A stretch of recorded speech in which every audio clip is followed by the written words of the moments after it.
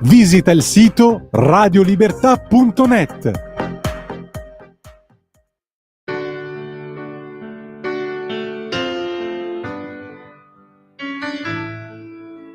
Va ora in onda Liberamente. Variazioni e scorribande con Giovanni Sallusti. Eccomi qua.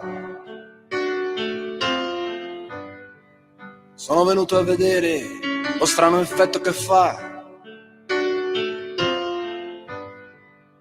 la mia faccia nei vostri occhi e quanta gente ci sta. Buonasera a tutti e bentornati a Liberamente, variazioni e scorribande qui su Radio Libertà. Allora, terza genialata, terza iniziativa imprescindibile del PD in pochi giorni. Dopo la piazza romana che chiedeva più Europa in un momento storico in cui l'Unione Europea sta disvelando tutti i suoi fallimenti strategici, piazza pagata a spese dei contribuenti romani. Dopo la scampagnata a Ventotene, tutti al mare a gingillarsi a rivendicare un manifesto del 1941, in larga parte sconfessato da alcuni dei suoi autori pochi anni dopo, e invece loro signori sono andati tutti in gita a Ventotene per rivendicare questo manifesto come il baricentro di una grande politica per il 2025. Oggi c'è la terza genialata del PD, davvero una manciata di giorni, e cioè l'annunciata guerra ai papà. Proprio così, la guerra ai papà. O non sappiamo se dobbiamo dire genitore 2 in questo caso, utilizzando la neolingua amata dalle truppe schleiniane, e dire che l'autore di questa iniziativa, in teoria un politico di vecchio corso, figlio della Prima Repubblica, un professionista rodato proprio della tecnica della politica. Chi vi parla non condivide nulla di Dario Franceschini, ma riconosce che avrebbe un curriculum superiore all'assemblea del liceo in cui si è trasformato il PD della Schlein. Ebbene, anche Dario Franceschini si è completamente schleinizzato, perché oggi all'assemblea dei gruppi ha annunciato, secondo indiscrezioni, la sua imminente, imprescindibile iniziativa in Senato, e cioè la proposta di legge per cui, tenetevi forte, ai figli verrà dato solo il cognome della madre, non più il cognome del padre, una priorità assoluta della contemporaneità. Mentre a Riyadh fervono le trattative negoziali sulla pace o la tregua, quantomeno tra Russia e Ucraina, si fanno minimi ma costanti passi avanti.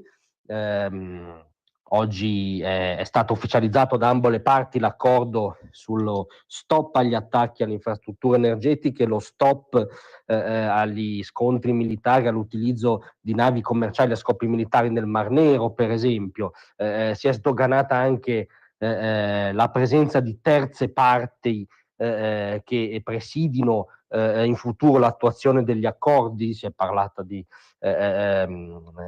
truppe di altri paesi, addirittura turche dal punto di vista di Zelensky. Comunque si mettono a segno singoli, parziali, fragilissimi, ma passi avanti nel negoziato. Quindi sostanzialmente, mentre Trump avanza sulla pace in Ucraina, il PD e Dario Franceschini dichiarano guerra ai padri.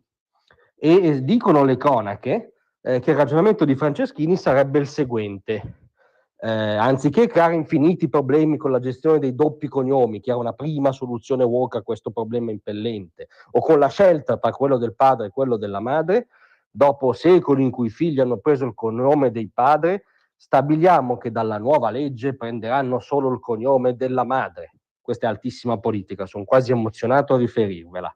È una cosa semplice ed anche un risarcimento per un'ingiustizia secolare che ha avuto non solo un valore simbolico, ma è stata una delle fonti culturali e sociali delle diseguaglianze di genere.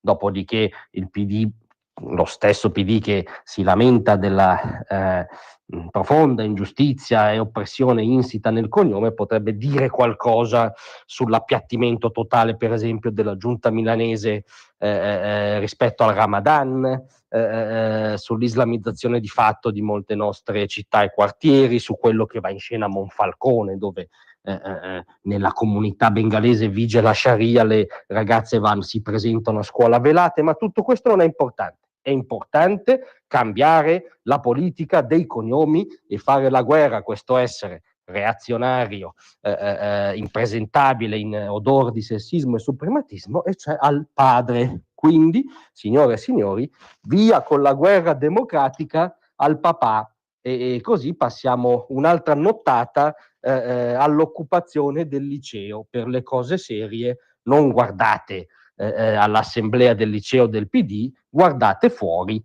ma a loro non interessa, perché le loro priorità sono queste: più Europa, Ventotene, guerra al papà. Che vi devo dire? Il centrodestra così governerà 1327 anni. Grazie a tutti, a domattina. Tra un manifesto e lo specchio